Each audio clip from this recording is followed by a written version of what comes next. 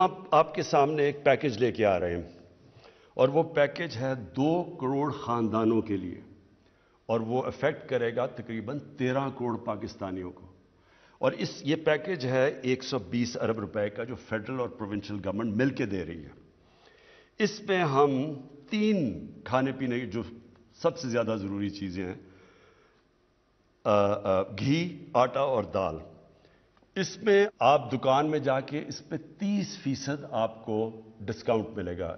ہم 30% سبسڈی دے رہے ہیں گورنمنٹ، اور یہ 120 ارب روپے کی سبسڈی ہے اور یہ انشاءاللہ اگلے 6 مہینے تک ہے، تاکہ یہ جب مشکل وقت نکل جائے تو اس میں آپ کو 30% آپ کو اس میں بچت ہوگی جب آپ جا کے یہ 3 چیزیں خریدیں گے. گیس کے اوپر آ جائیں، کیونکہ ابھی سردیاں آ رہی ہیں اور ہمیں گیس کا مسئلہ آنے والا ہے. گیس پہ آ جائیں. امریکہ کے اندر 116% تک نیچرل گیس کے اندر قیمتیں بڑھی ہیں. یورپ میں 300% تک گیس کی قیمتیں بڑھی ہیں. اور پاکستان میں جو آپ کے گھروں میں گیس جا رہی ہے اس کی کوئی قیمت نہیں بڑھی.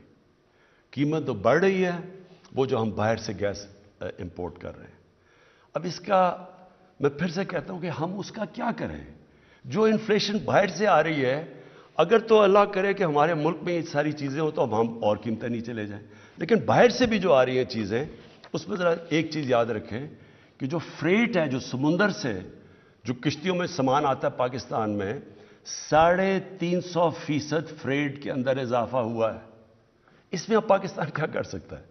پھر تیل پہ آ جائیں. اصل میں جب تیل مہنگا ہوتا ہے تو ساری چیزیں مہنگی ہو جاتی ہیں. اب تیل پچھلے 3-4 مہینے میں تیل کی قیمت 100% بڑھ گئی ہے. یعنی تیل تھا $42 کا، آج وہ پہنچ گیا $85 کے اوپر. ہمارے ملک میں کتنی بڑی ہے تیل کی قیمت؟ 33%.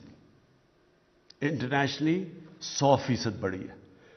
تو جب آپ کہتے ہیں جی پٹرول مہنگا ہو گیا، اس وقت پاکستان سب سے سوائے وہ ملک جن ملکوں کے اندر تیل نکلتا ہے، سوائے ان ملکوں کے جو امپورٹ کرتے ہیں، پاکستان میں سے سب سے سستا ملک ہے پٹرول میں.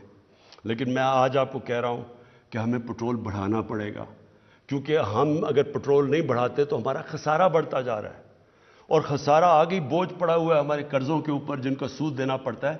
تو ہمیں تھوڑا پٹرول کی قیمت بڑھانی پڑے گی. میں آج آپ کو کہہ رہا ہوں. اور جو اپوزیشن سڑکوں پر نکلی ہوئی ہے کہ جی بہت مہنگائی ہو گئی، تو میری صرف 2 بڑے خاندانوں سے ایک ریکویسٹ ہے.